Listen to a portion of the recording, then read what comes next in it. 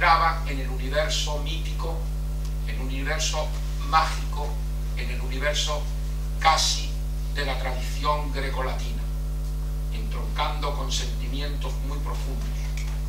Pero es que cuando Federico García Lorca, y también lo digo en el artículo, hace el gran llanto, el planto por Ignacio Sánchez Mejía, lo compara con la medalla romana, el perfil romano.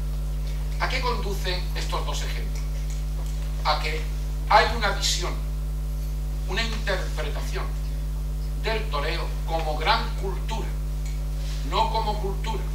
En un sentido, la palabra cultura hoy tiene una extensión enorme, es muy difusa. Ya sabéis que cultura es el cultivo del espíritu, es lo contrario a agricultura. La agricultura es un cultivo material y lo otro sería un cultivo del espíritu, pero hoy cultura es una palabra baúl donde cabe todo. Se habla de cultura culinaria, se habla de cultura, que efectivamente lo es, y entre otras culturas el toreo es cultura.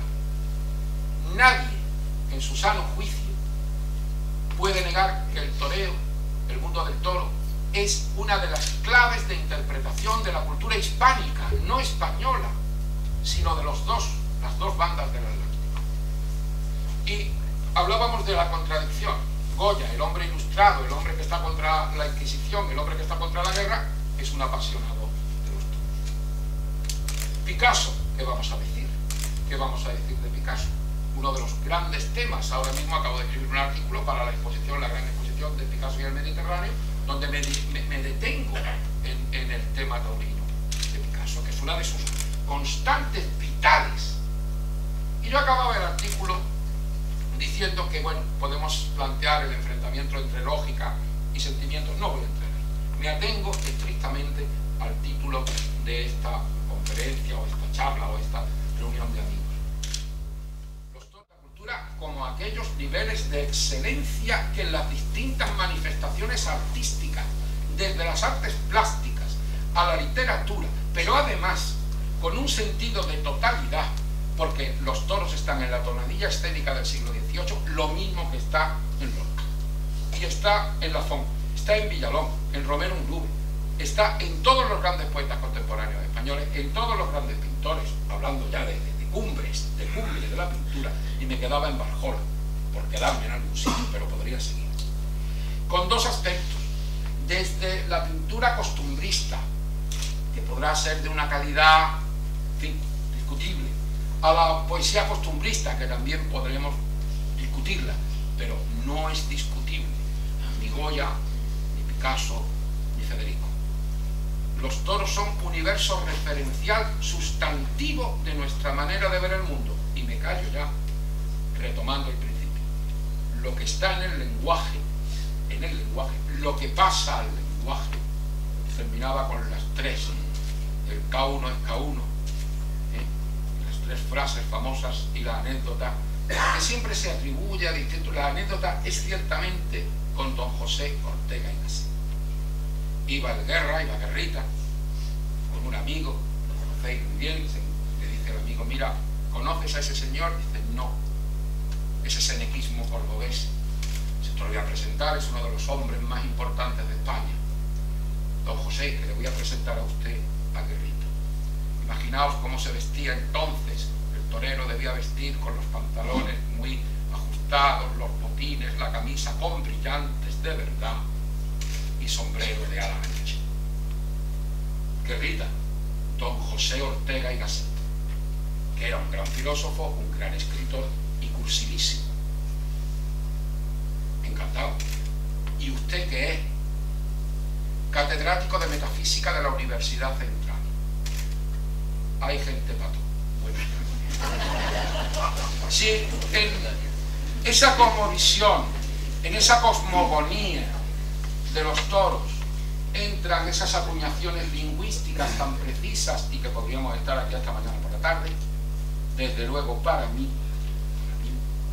el toreo, el arte de Buchanan, la tauromaquia, el sublime ejercicio de la belleza, es cultura, indiscutiblemente.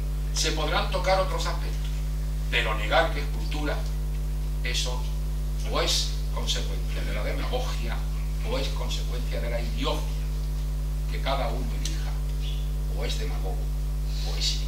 Muchas gracias.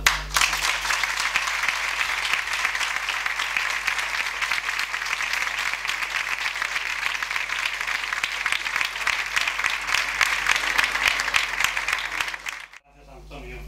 Después de estos 10 maravillosos minutos vamos a dar la palabra a Javier Conde, el matador de toros malagueños y actualmente empresario de nuestra plaza de toros junto con los hermanos Rivera. De nuestro torero malagueño se dice: Javier Conde es al toreo lo que Picasso fue a la pintura. Es un torero genial e innovador. Su estilo, su arte, se alimenta de los clásicos para después romperlos y crear un nuevo estilo que bien puede ser calificado de absolutamente moderno.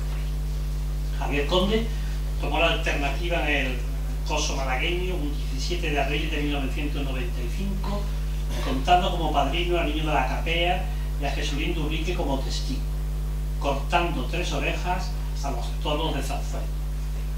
Debutó en México ese año y en el 1996 triunfó extraordinariamente en las plazas de Colombia y en especial en la de Cádiz. Javier, ¿quién la? Buenas tardes. Agradecer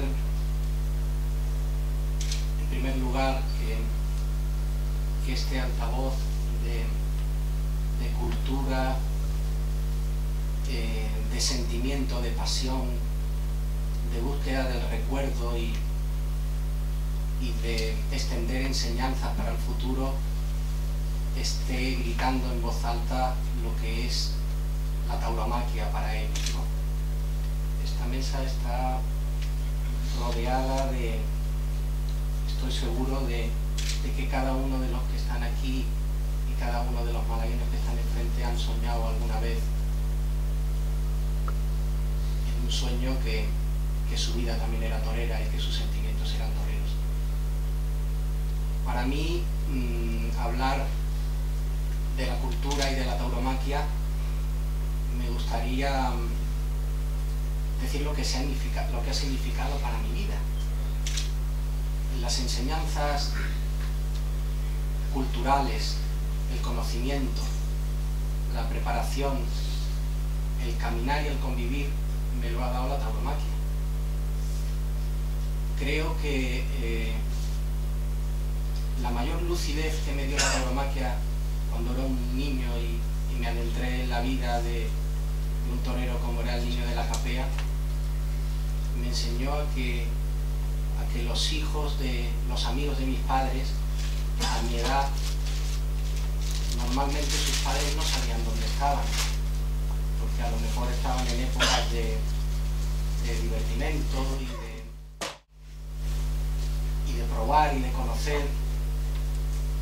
Y yo sí sé dónde estaban todos los niños que soñaban con ser toreros a esa edad tan temprana.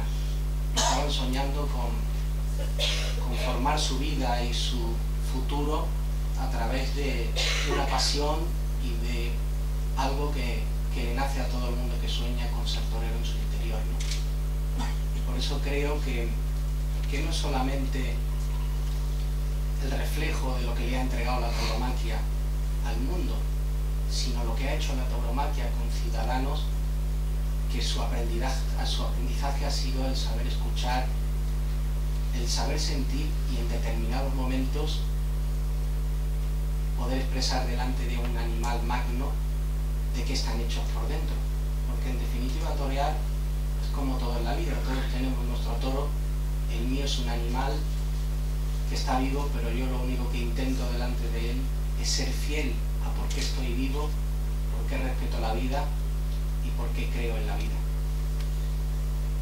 Por lo tanto, en estos momentos en el que afortunadamente tenemos el privilegio de escuchar a Antonio, de escuchar al profesor Wolf, de que nos griten y que nos defiendan con tremenda magnitud en el Parlamento por circunstancias sucedidas terribles, ¿no? A mí me preguntaban el otro día que qué opinaba de la intervención del maestro José Miguel Arroyo Joselito en pro defensa de la tauromaquia. Y le dije que que ser tremendamente cruel, porque normalmente el torero es un hombre profundo de sentimientos y de búsquedas continuas. Y si va a un foro donde se utilizan palabras y enfrentamientos tan crudos, es muy difícil que saque hasta su propia verdad, que sepa defenderse. Entonces, pues, a mí me apetecía soñar lo que me sucedió a mí cuando era un niño y lo que sigo haciendo cada día, que me adentro en la realidad y en la profundidad y en el silencio de la tauromaquia, que es el campo. A mí me gustaría que le preguntaran a esos mayores, con 80, 70, 90 años, a esos señores que conocen y tienen una lectura a lo mejor lineal para cualquier persona, que tiene una lectura de la civilización y de la vida actual con tremenda lucidez. Ese hombre tiene una lectura de un mundo del campo y de la naturaleza tremendamente real y profunda. Que le pregunten a ese ciudadano qué ha significado para su vida, qué significa para su ecosistema, qué comparaciones tiene con el otro tratamiento a los animales. Que le pregunten a esa persona que tiene la cultura y la educación de la naturaleza y del pueblo. A mí me gustaría que ese ciudadano contara por qué se han respetado esos pueblos, por qué se han respetado esos campos y por qué tienen esa salud, esos árboles milenarios. Por eso, si uno se pone a pensar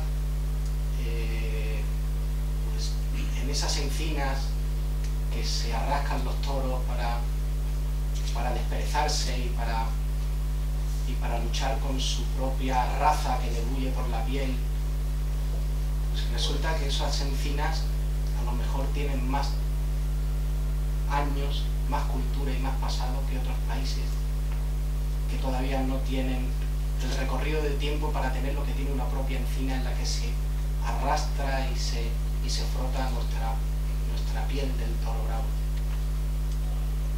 Yo difícilmente me podré explicar cada día de la misma manera, porque afortunadamente cada día necesito crecer y cada día tengo un dibujo interior para expresar. En la plaza es tremendamente difícil, pero si ustedes supieran la cantidad de sueños que evocan en una piel y en una profundidad de un ser humano para ejecutar delante de un animal, se darían cuenta de cómo nos respetamos y de cómo nos mantiene vivos y de cómo nos destruye. Es un animal que tiene la capacidad de destruir el porqué, la vida, el futuro, la conciencia, la cordura y la naturalidad de un ser humano. A mí me pasa cuando no logro ser yo delante de él o no conmover, no mirar. Entonces imagínense de qué está compuesta mi vida. Gracias a él he conocido, he saboreado y he estado afortunadamente con un mundo extensísimo. He tenido la oportunidad de conocer y de alimentarme gracias a